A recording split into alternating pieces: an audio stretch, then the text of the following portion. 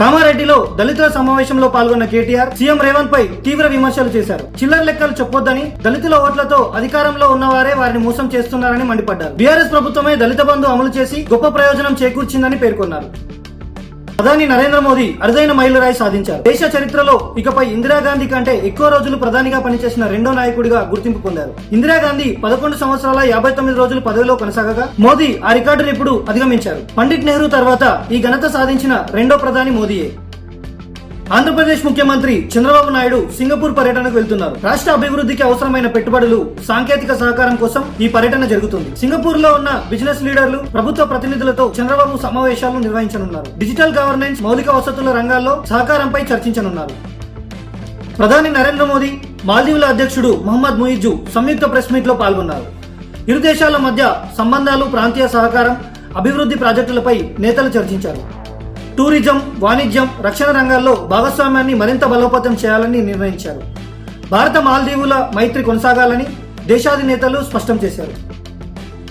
ఉత్తర తీరాన్ని ఉత్తర బంగాళాఖాతంలో ఏర్పడిన తుఫాన్ ప్రభావంతో వచ్చే 2 రోజులు భారీ వర్షాలు కురిసే అవకాశం ఉందని వాతావరణ శాఖ హెచ్చరించింది.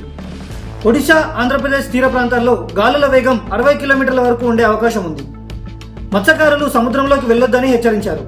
లోతట్టు ప్రాంతాల ప్రజలు అప్రమత్తంగా ఉండాలని అధికారులు సూచించారు. పెద్దిరెడ్డి రామచంద్రారెడ్డికి భారీ షాక్ తగిలింది. కేంద్రం ఆయనకు ఇచ్చిన జెడ్ కేటగిరీ సెక్యూరిటీని తొలగించింది. మరోవైపు వైసీపీ ఎంపీ మిథున్ రెడ్డికి న్యాయస్థానం షాక్ ఇచ్చింది. అరెస్టు చేసిన తర్వాత ఆయనకు రిమాండ్ విధిస్తూ జైలుకు తరలించారు. ఇదిలా ఉంటే వైఎస్ జగన్ రేపు పార్టీ నేతలతో అత్యవసర సమావేశం నిర్వహించనున్నారు. తెలంగాణలో ప్రారంభమైన కులగణన దేశానికే రోల్ మోడల్ గా నిలుస్తుందని నేతలు పేర్కొన్నారు. సమాజంలో అన్ని వర్గాల అభివృద్ధికి ఇది కీలక అడుగుగా చెప్పుకుంటున్నారు. అనేక రాష్ట్రాలకు ఇది ప్రేరణనిచ్చే విధంగా ఉంటుందన్నారు. సమగ్ర డేటాతో ప్రభుత్వ విధానాలు మరింత సమర్థవంతంగా అమలు చేయవచ్చని అభిప్రాయపడ్డారు. బీసీ కోటాపై కొన్ని పార్టీలు ప్రజలను మభ్యపెడుతున్నాయని కేంద్ర మంత్రి కిషన్ రెడ్డి మండిపడ్డారు. బీజేపీ ఎప్పుడు బీసీలకు న్యాయం చేసే దిశగానే పనిచేసిందన్నారు.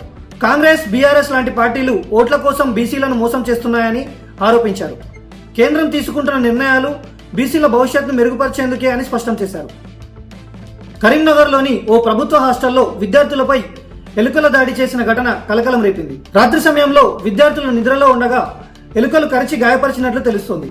హాస్టల్లో పరిశుభ్రత లేకపోవడం, నిర్వహణ లోపాలే దీనికి కారణమని తల్లిదండ్రులు ఆగ్రహం వ్యక్తం చేశారు. అధికారులు విచారణకు ఆదేశించారు.